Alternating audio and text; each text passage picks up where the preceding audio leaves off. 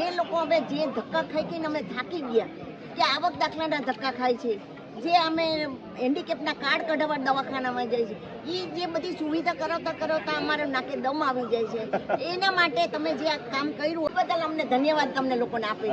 અને આ આશીર્વાદ આવા કેમ્પ આપણે કરતા રહીએ. ચલો 2 મહિને થતા હોય ને તો હું તમને હેલ્પ કરું. હું આ બેઠી જ છું કે આ હેલ્પ અમે કરશું. ભલે અમે હેન્ડીકેપ રહીએ પણ અમે મોઢું તો સાચું છે, પગ નથી સાચું, પણ અમે સેવા આપવામાં અમે પહેલો નંબર દેશું તમને. ચોક્કસ. ઓકે, હવે આવક દાખલાનું અહીંયા ઉભો કર્યું ને એક હવે ઝેરોક્સ મશીનનું રાખજો. એટલે ઝેરોક્સ મશીન હોય તો લોકોને ક્યાંય પાછું જવું ન પડે.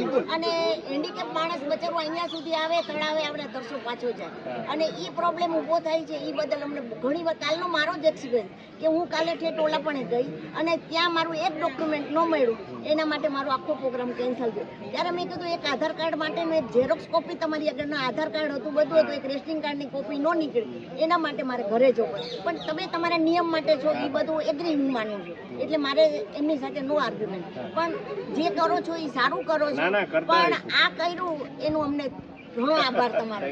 નરેન્દ્ર મોદીને કઈ કે જે ગરીબ બાળકો છે, એક મારો મેઇન ક્વેશ્ચન કે જે પેન્શન એમને ચાલુ કર્યું છે, કે 60 યર્સ પછીનું જે પેન્શન ચાલુ કર્યું છે એ ઓકે, પણ 60 યર્સ પછી જે હેન્ડીકેપ બે કે ઘરની અંદર કપલ મેન્ટલી હોય ને આ હોય તો એને ખાવા માટે શું પ્રોબ્લેમ?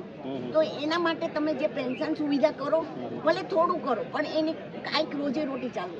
એ માણસ 60-65 વર્ષનો માણસ હોય એ બહાર જઈને કંઈ કરી શકવાનો નથી. જે મેન્ટલી છે એને હોસ્પિટલમાં તો એ લેડી કઈ રીતે કામ કરે છે?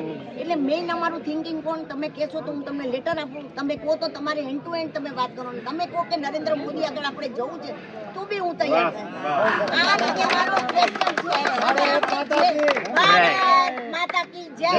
મને આનંદ તમારા બધાને જોઉં છું. બસ આશીર્વાદ આવા કેમ્પ આપણે કરતા રહીએ. ચલો 2 મહિને થતા હોય ને તો હું તમને હેલ્પ કરું. હું આ બેઠી જ છું કે આ હેલ્પ અમે કરશું. ભલે અમે હેન્ડીકેપ રહીએ પણ અમે મોઢું તો સાચું છે, પગ નથી સાચું, પણ અમે સેવા આપવામાં અમે પહેલો નંબર દેશું તમને. ચોક્કસ. ઓકે, ને આપણે જે સૂચન આપ્યું છે સૂચન પણ હું સાહેબ સુધી સૂચન માટે મેં આના માટે સારું છે V1 ની અંદર આ કે પોઈન્ટ મૂક્યો તો આ પોઈન્ટ માટે મને શું ક્વેશ્ચન કર્યો કે તમને 60 યર્સનું તમને પેન્શન મળે છે, હવે 1000 રૂપિયામાં તમે ઘર ચલાવી જો. મને કહેવાનો મતલબ કે જે ગરીબ માણસ છે એ 1000 રૂપિયામાં ઘર કઈ રીતે ચલાવે?